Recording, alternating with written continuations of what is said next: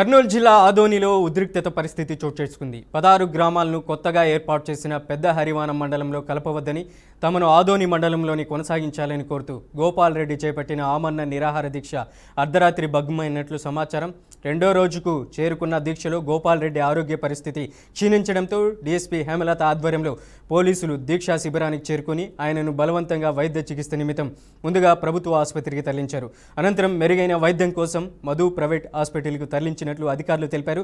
పోలీసులు ఈ ఆకస్మిక చర్యతో దీక్షా ప్రాంగణంలో ఉద్రిక్త పరిస్థితి నెలకొన్నట్లు స్థానికులు వెల్లడించారు. పోలీసుల తీరుపై ప్రజలు తీవ్ర ఆగ్రహం వ్యక్తం చేస్తున్నట్లు నినాదాలు చేశారు. మరోవైపు ఆసుపత్రి నుంచి ఆమరణ నిరాహార దీక్ష కొనసాగిస్తానని గోపాల్ రెడ్డి ప్రకటించారు.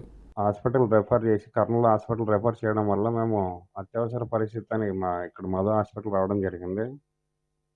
మాకు ఇంకా పైన ఎటువంటి విషయం తెలియనందున మా దీక్షను ఇట్లనే హాస్పిటల్లో కంటిన్యూ చేస్తామని తెలియజేస్తున్నాను. నా ఆరోగ్యం నిలకడగానే ఉంది, డాక్టర్లు చెప్పారు అన్న. ఇప్పుడు దాకా కూడా ఏం తీసుకోలేదు. కంటిన్యూ కూడా నేను పైనుంచి ఏదో విషయం వచ్చేదాకా నేను దీక్ష ఇట్లా కంటిన్యూ కొనసాగిస్తాను హాస్పిటల్ అని నేను తెలియజేయడం అనేది.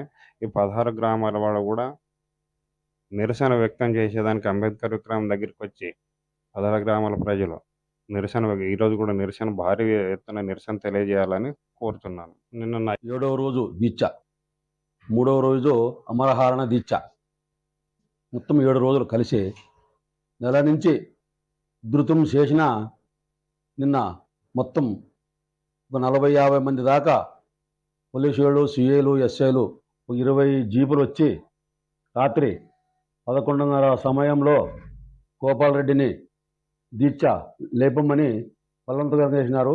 అంతా మనం కూడా ఒక 500 మంది ఇక్కడ ఉండి చాలా గలాట్ చేసినాము. కొంతమంది పిల్లల పైన కూడా చేయి చేసుకున్నారు. మొత్తం అంతా బట్టలు చింపుకున్నారు. మా పిల్లలంతా కూడా చాలా ఉధృతంగా చేసినారు. ఈ దీక్ష ఎంతవరకు చేయాలనేది మళ్ళీ ఈరోజు అట్లా అంబేద్కర్ విగ్రహంతో కంటిన్యూ చేస్తున్నాం.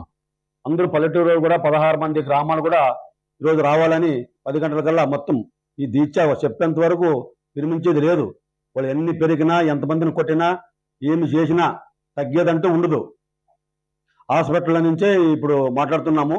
గోపాల్ రెడ్డి కూడా క్షేమంగా ఉన్నాడు. 7వ రోజు దీక్ష, 3వ రోజు అమరహారణ దీక్ష.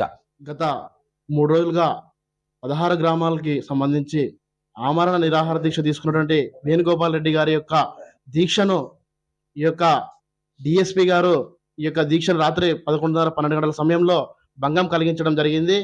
ఇప్పుడు ప్రస్తుతం వారు రాత్రి ఏరియా హాస్పిటల్కి తీసుకుపోతే అక్కడ వారు సరిగా వైద్యం అందించలేక ఉంటే కర్నూలుకి రిఫర్ చేయడం జరిగింది. మాకు కర్నూలు ప్రభుత్వ ఆసుపత్రి పైన నమ్మకం లేని కారణంగా మేము ఆదోని మధు హాస్పిటల్కి మా యొక్క నాయకుడిని వేణుగోపాల్ రెడ్డి గారిని మధు హాస్పిటల్కి తీసుకురావడం జరిగింది. ప్రస్తుతం అయితే వేణుగోపాల్ రెడ్డి అన్న గారి ఆరోగ్యం పరిస్థితులు నిలకడగానే ఉన్నాయి. కానీ ఈరోజు 16 గ్రామాలకు సంబంధించినటువంటి గ్రామాల్లో గ్రామ సచివాలయాలు అయితేనేమి, అక్కడ ఉన్నటువంటి విద్యాలయాలు అయితేనేమి, అక్కడ ఉన్నటువంటి అంగన్వాడీ సెంటర్లు అయితేనేమి పూర్తిగా స్వచ్ఛందంగా బంద్ చేసినటువంటి కార్యక్రమం ఈరోజు 16 గ్రామాలకు సంబంధించిన గ్రామ ప్రజలు చేస్తా ఉన్నారు. ఆ యొక్క బంద్ను పూర్తిగా చేసి గత 3 రోజులుగా